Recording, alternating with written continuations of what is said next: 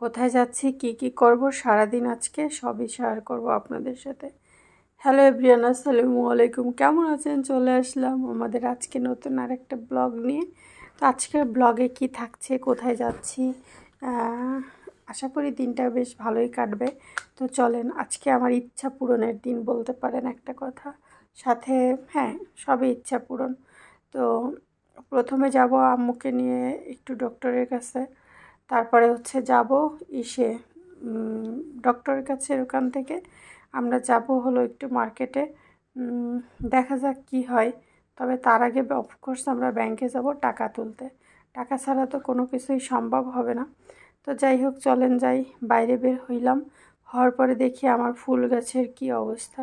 তো যাই হোক, দেখে টেখে এখন আমরা হচ্ছে মানে প্রথমে হয় ব্যাংকের উদ্দেশ্যেই রওনা দেব। ওখান থেকে টাকা তুলবো, আম্মুকে ডক্টর দেখাবো এবং আমার অনেক দিনের একটা স্বপ্ন আজকে সেটা পূরণ করব। আসলে অনেক দিন থেকে ভাবি, কিন্তু আসলে সব কিছু মিলে হয় না। আজকে ভাবলাম যে ফাইনালি আমার ইচ্ছে পূরণটা করেই ফেলি। জীবনে আসলে অনেক স্বপ্নই দেখতাম, বাট আসলে খুব একটা প্রায়োরিটি দিতাম না। বাট আজকে আমি চাই আমি আমার স্বপ্নের কিছুটা হলে একটু পূরণ করব। তো এই যে আমাদের ধিঙ্কা চিকা একটা রাস্তা আছে না, আমাদের গ্রামের গায়ের সেই মাটির রাস্তা।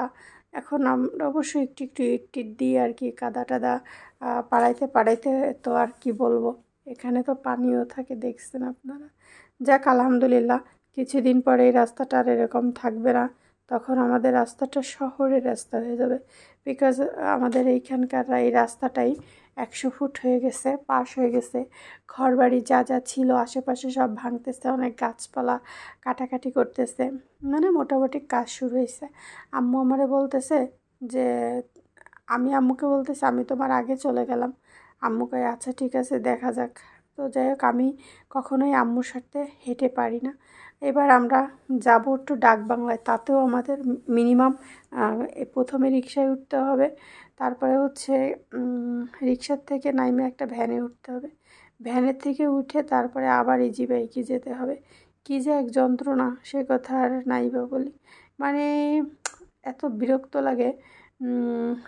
ছোট মানে অল্প একটুখানি জায়গা যেতে গেলেও 2-3 বার হচ্ছে গাড়িটাকে চেঞ্জ করা লাগে, তা না হলে ভাড়াটা অনেক বেশি হয়ে যায়।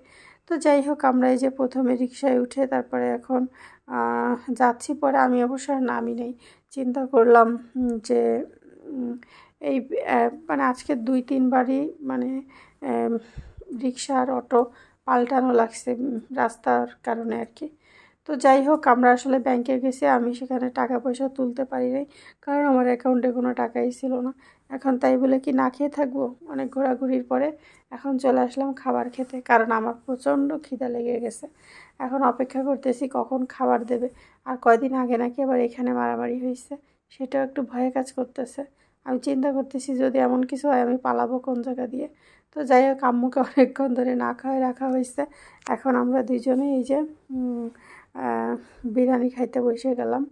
তো এবার হচ্ছে যে আমি চিন্তা করতেছি যে দিন তো মানে যেই খুশিটা নিয়ে আসলে আসা, সেটা তো আসলে হলো না। তাহলে কি করব? মানে আম্মুকে ডক্টর দেখানোর ব্যাপার ছিল আর কি।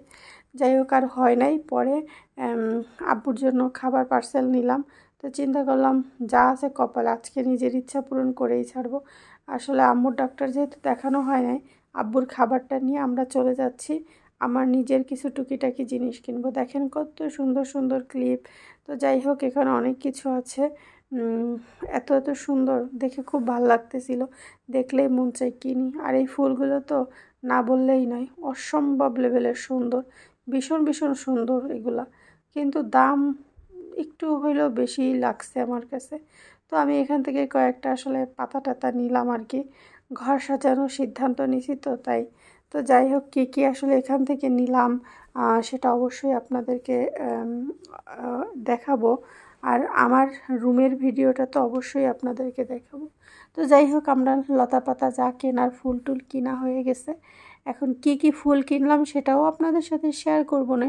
তো আগে চলেন, এই যে অলরেডি একটা দেখাইয়াই দিলাম তাহাকে। এবার হচ্ছে যে বাসার কাছাকাছি চলে আসছি। এখন আমি চিন্তা করতেছি, আরে যে কয়টা টাকা ছিল তাও খরচ করে ফেললাম, কি করলাম, শখ পূরণ করলাম। তারপরে আফসোস নাই, কারণ হচ্ছে অনেক দিন থেকে এই স্বপ্নটা ছিল যে নিজের ঘরটাকে একটু মনের মতো করে সাজাবো। যাই হোক, বাসায় আসলাম, আসার পরে এই যে খাজা মজা কিনে নিয়ে এসেছি, খাচ্ছি। তারপরে এই যে টুকটাক ছোট্ট 2টা ব্যাগ কিনছি। আমার ব্যাগটা অবশ্য অনেক দিন থেকে ছিঁড়ে গেছিলো, মানে খুবই সমস্যা হতো ব্যবহার করতে। এটার ভিতরে দেখা গেছে এই যে ছোট ছোট জিনিসগুলো রাখা যাবে। আর এই জিনিসটা বেশ খেতে মজা ছিল। তারপর হচ্ছে এই যে বলছিলাম কি কি কিনলাম আর কি। 2টা ব্যাগ কিনছি, কয়েকটা লতার পাতা কিনছি, লতা পাতা আর কি। তারপরে এই যে ফুলদানিতে ফুলও আছে।